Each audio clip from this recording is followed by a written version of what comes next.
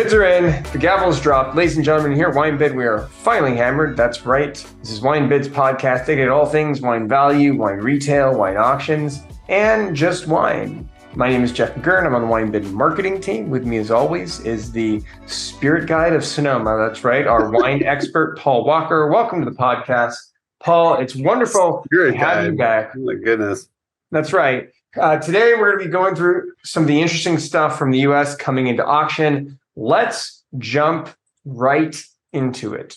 How do you feel about Screaming Eagle? Because we have a bunch of Screaming Eagle coming into auction, like a bevy of it, 12 lots. There's a lot, yeah. And 96. I think one thing I was going to say, Jeff, before you get started real quick, is that every week we like to review new wines that are in the auction. Unfortunately, we only get to touch on a tiny bit of them. We usually break things up into segments, geographical segments, but we never have enough time to talk about everything.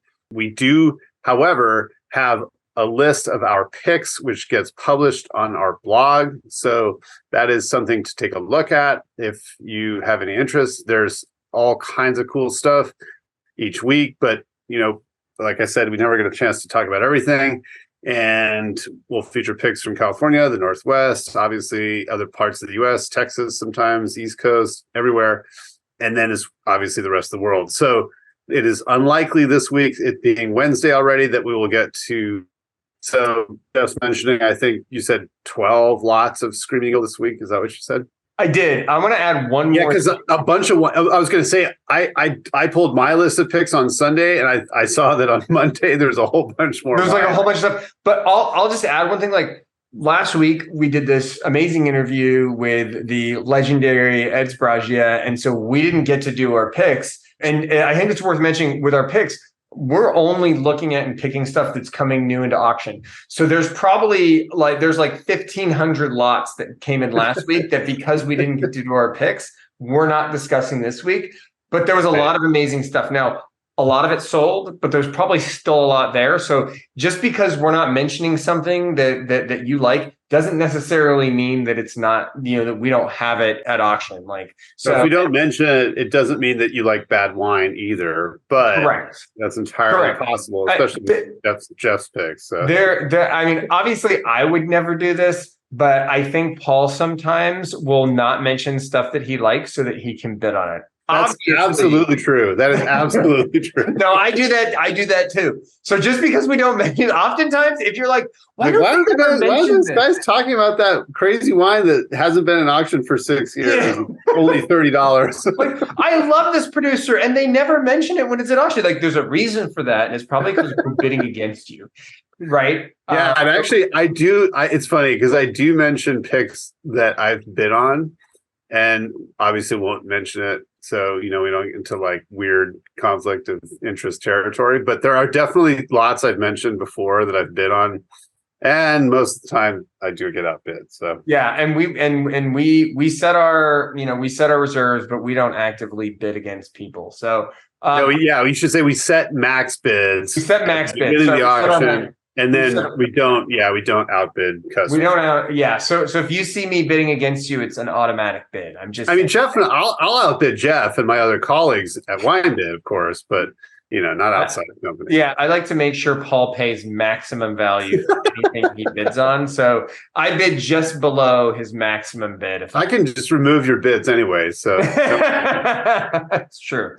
So we've got a bunch of Screaming Eagle coming into auction this week. A bottle of 96 Cab for $3,100, 03 Cab for $2,920. I think it's funny that you mentioned that they're Cabernets. I keep forgetting they do make, they make Sauvignon Blanc. You didn't know that? 03 Cab for $2,920, 07 Cab for $32.75.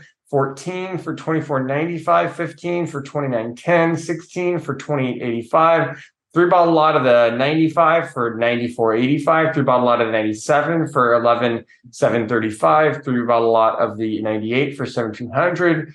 3-bottle lot of the 99 for $91.70. 3-bottle lot of the 04 for $75. Sounds like you're actually calling an auction. Here is my question, Paul. I needed to get it all in because I want to know, price withstanding, what is your pick of the litter?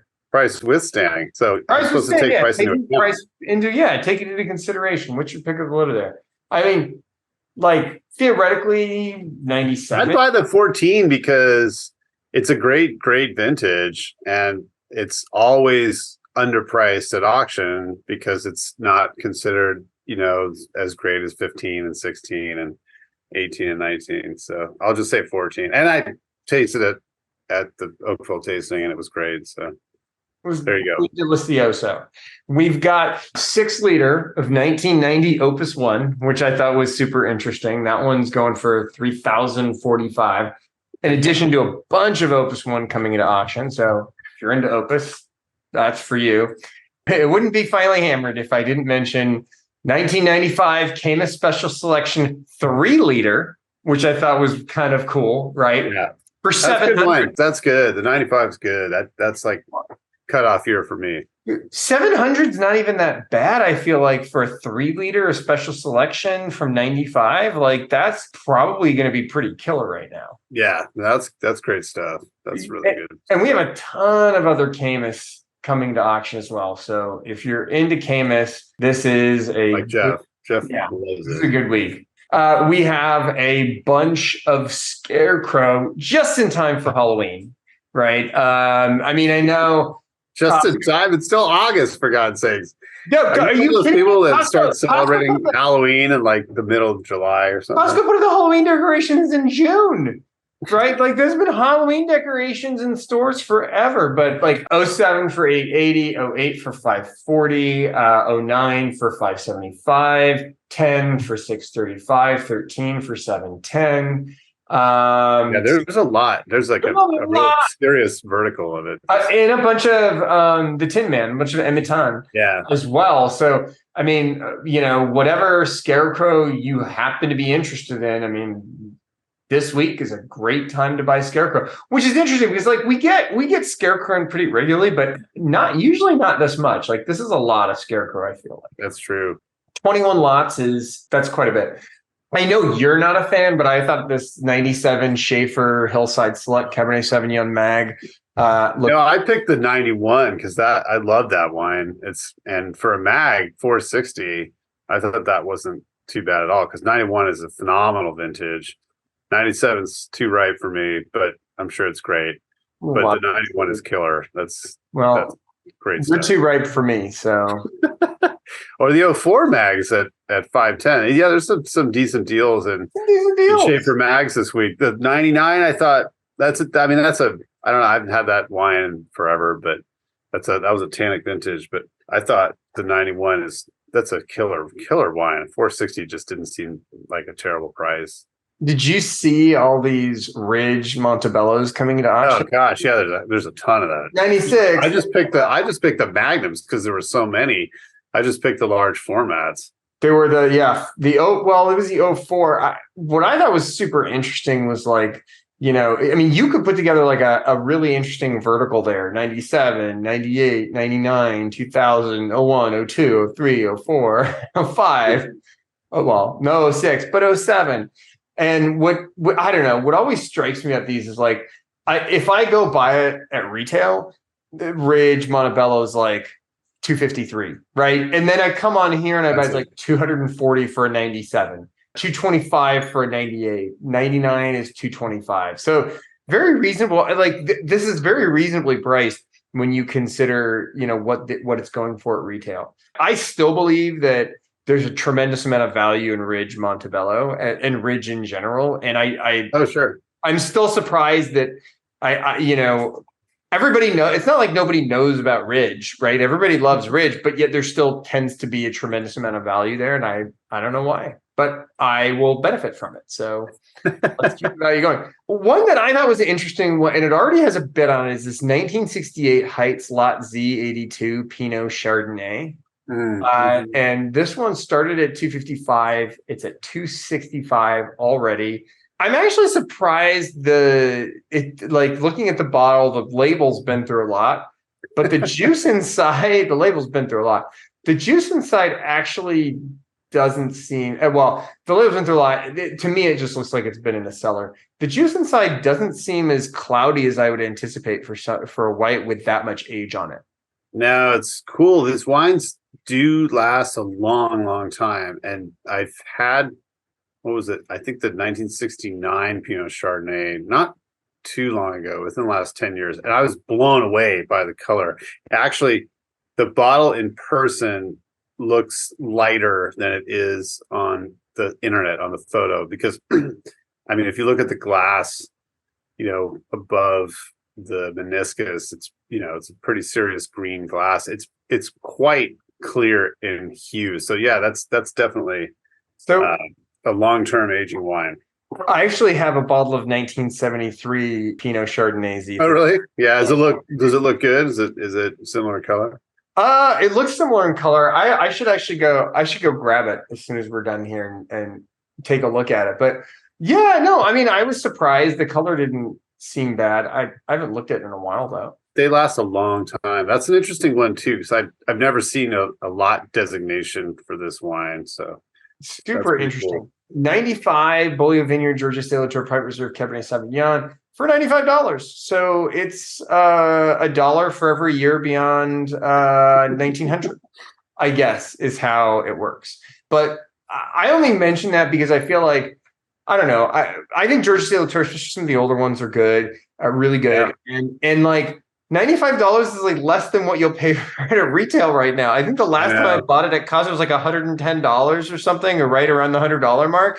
And this is a 95. Like, no, it's pretty amazing. It's pretty incredible.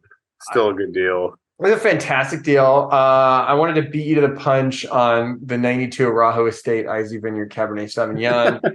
$215 for that. We also have the 95 for $290, 99 for $205, the 2000 for $160, and we've got the 01, the 02, the 03, the 04, the 05, the 06. We have a lot of Arajo in magnums. Yeah, in magnums. Yeah. So there's a like if you're interested in that stuff is super cool. We've got a bunch of cool Dalla Valle coming into auction, 94 cab for $140, 95 for $105, 96 for $115. There's just a bunch of those lots coming to auction. Yeah, I saw the 94 3. There's a 3-pack for $405. I don't know if it has a bid on it yet, but that seemed pretty reasonable to me. I had the 95, remember, years ago, and man, that wine is just the regular Cabernet. Excuse me. I actually got in trouble with Maya for calling it the regular Cabernet. She said it's Napa Valley Cabernet. Don't call it regular. I was like, okay.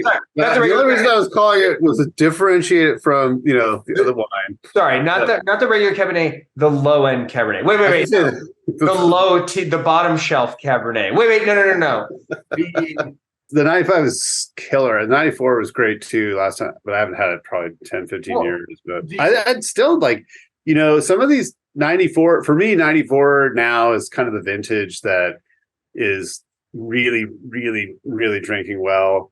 And it was really ripe. And, some of those wines tasted a little bit too ripe to me a long time ago, but some of them are just amazing now. So, and they're not like this, the Napa Valley Cabernet, or let's just call it the, Appalachian Oakville Cabernet, maybe, from 94 is for the 3-packs, $405. It's not expensive when you consider how much age it's got, how like storied and important and serious that vineyard is. So I think that's talk about value. That's serious value for serious wine.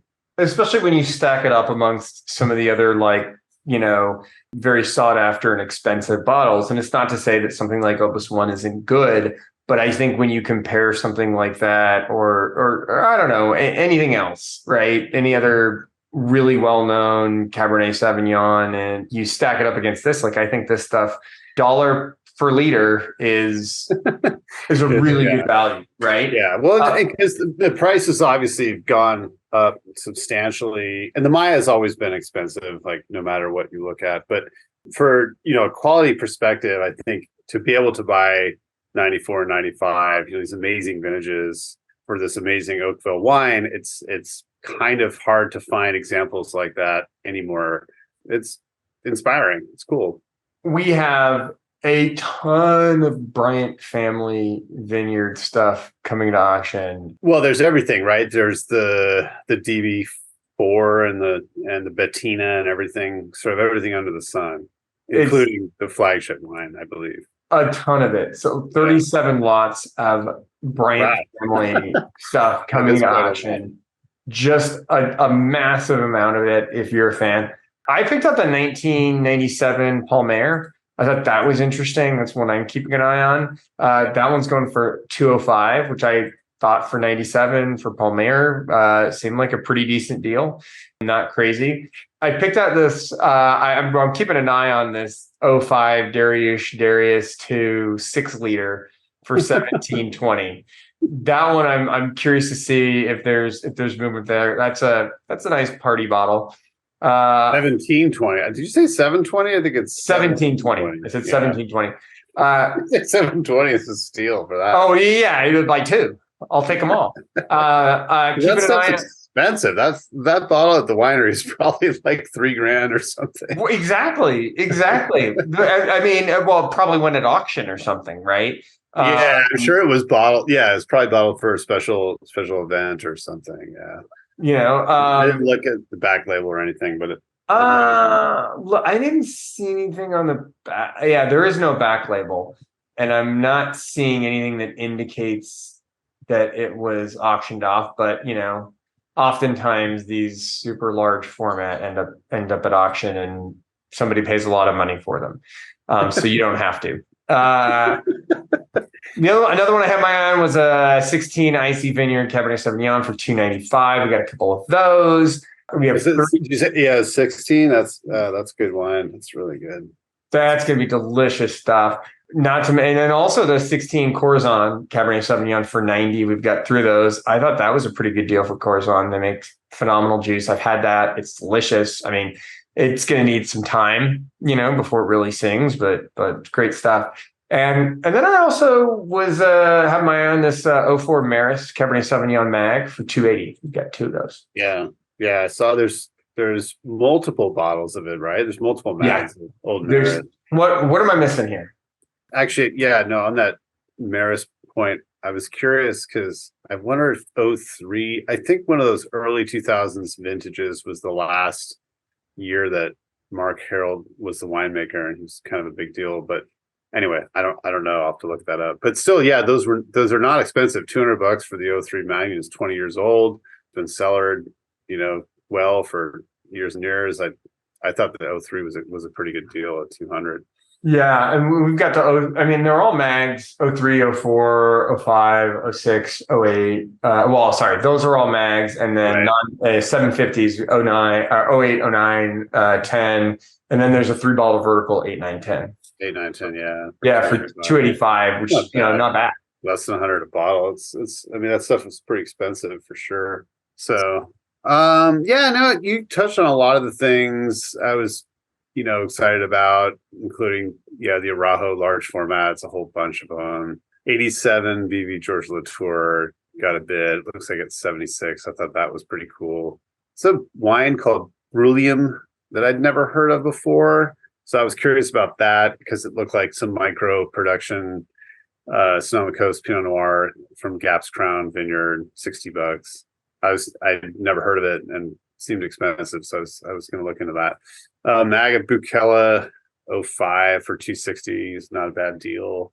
Yeah, there's Corazon Mags too. There's 01 and 96 Magnums, 96 Kronos Mag at $280. There's an 07 Donna Estates Lotus Magnum at $1,300. Those are pretty rare to see in large formats, actually. I don't think we've seen too many.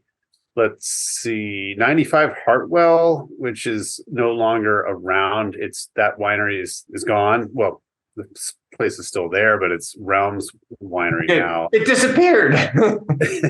I think the original structures are all still there, but anyway, it's not like they scraped it, and built some gleaming spire or something. But who knows? Maybe that's the plan. But anyway, it's cool. I like Hartwell. Old Hartwell's good, and it's not expensive. 95 Magnum Sunshine Vineyard, which I think is really close to the property there, or was, for $150. There's some high de Vilaine red, which is always interesting to me, just because I'm curious as to how those have aged over the years. '01, there's 6 of them for 50. I think there's a few other vintages as well.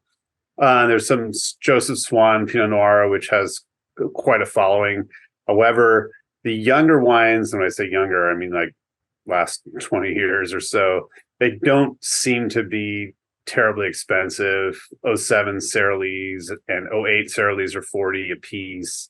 And then the '09 Trenton Estate Vineyard and 10 are 55. So not terrible. And they definitely have a following. I think I just opened the 14 Trenton the other day, and it was pretty austere. It's pretty traditional and classic and lean. It was good, but they're not fruit bombs, that's for sure.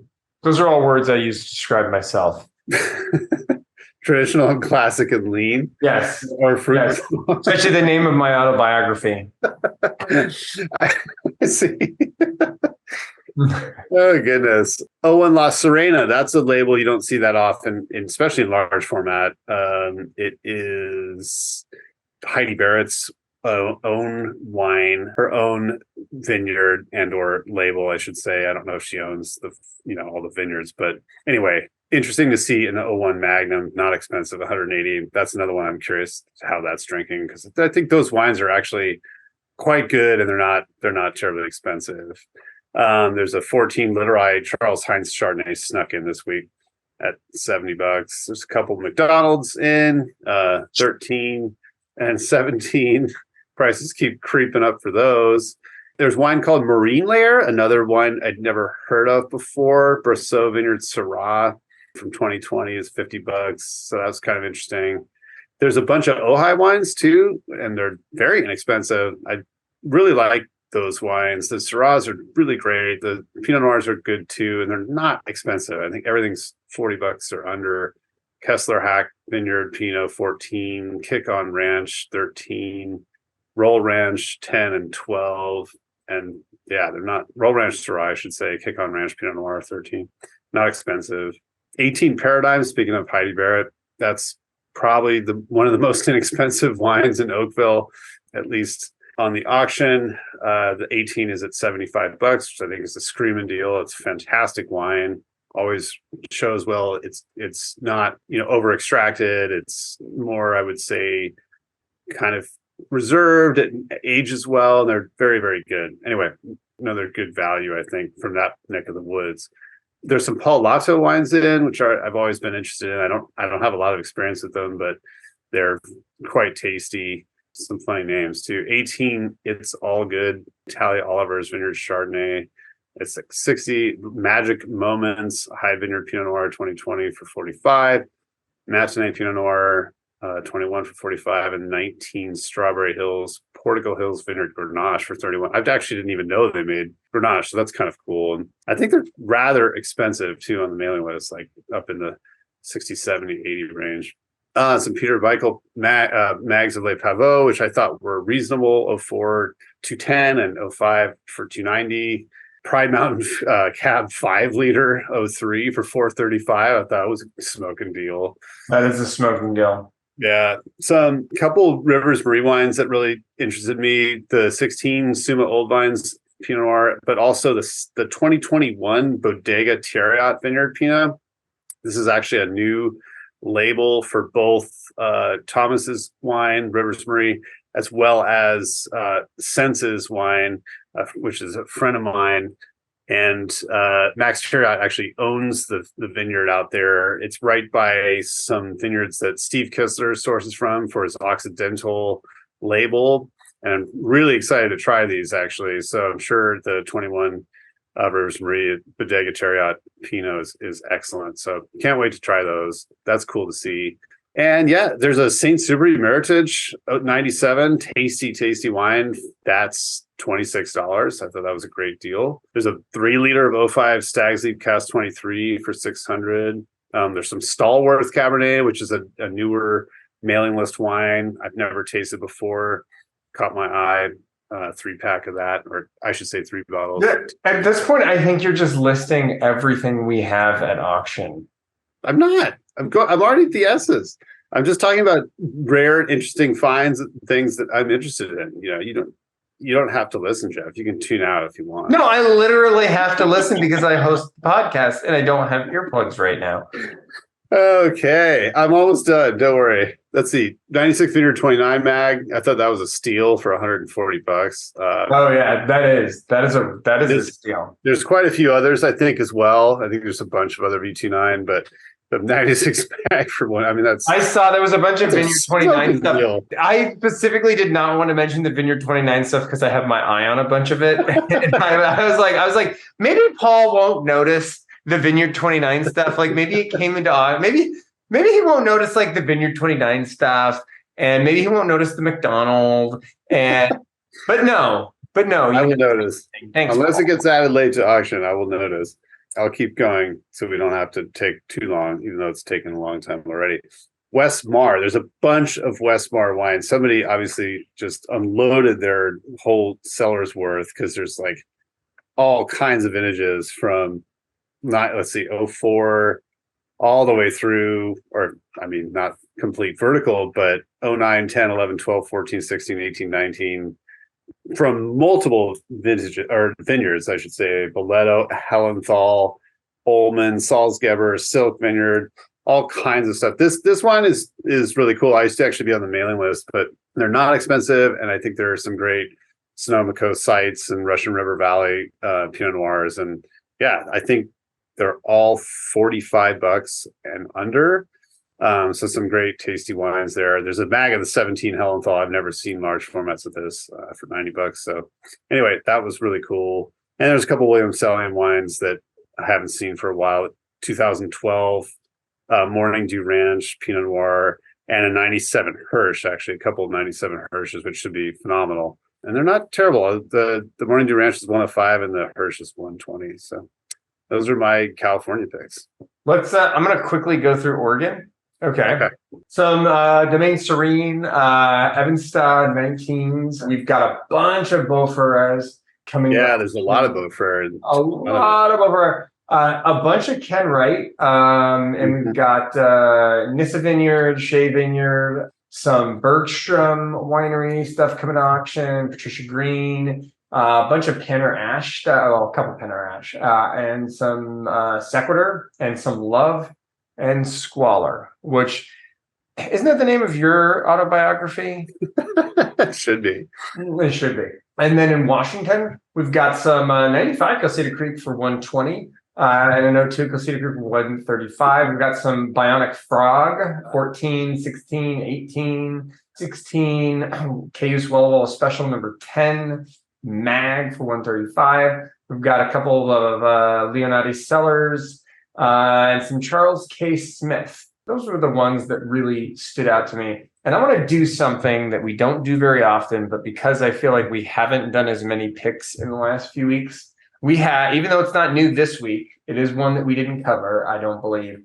From Maryland, we have a 2011 St. Michael's Winery Island Belle Sangiovese. Wow, from Maryland, huh? From Maryland. I mean, I don't think I've ever seen a wine from maybe Maryland. some of the best Sangiovese in the world comes from Maryland. Maybe like it has just the perfect terroir, right? And the perfect weather. I mean, like just everything about it is perfection. Well, you should buy it and find out because it doesn't have a bid on it yet. So. It doesn't have a bid. It's got 3 trackers though. There are some people who are super into Island Belle from 2011, Maryland.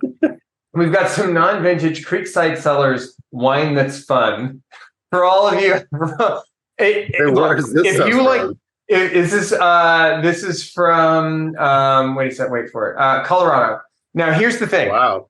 The reason I bring this up, if you like being miserable, this is not the wine for you, because this is wine that's fun.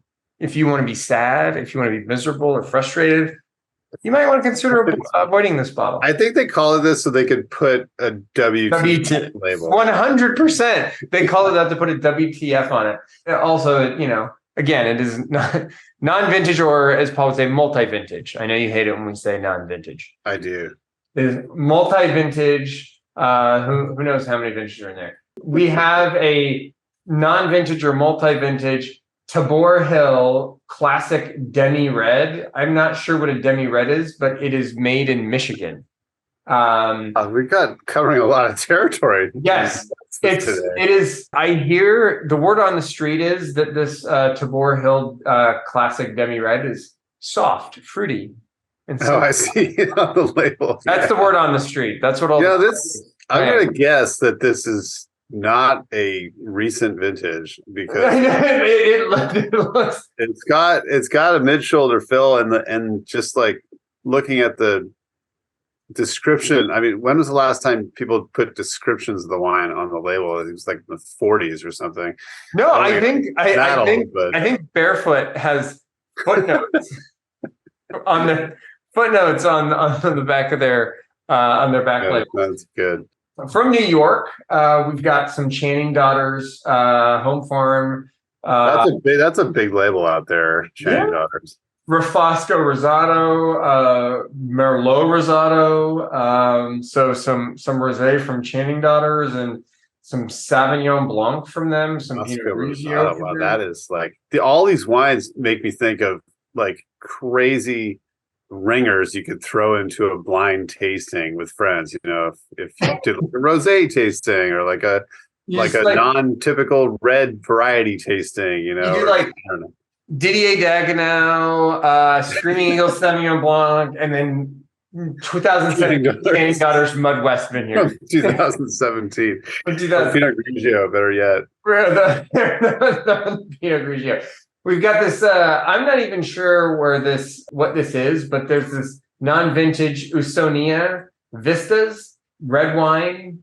You've had that. What is that? So I have no idea. It is red wine, is what it is, and then Standing Stone. It looks like some kind of hip, like natural label, you know, natural sort of natty wine style. It's low octane. It looks like 12%.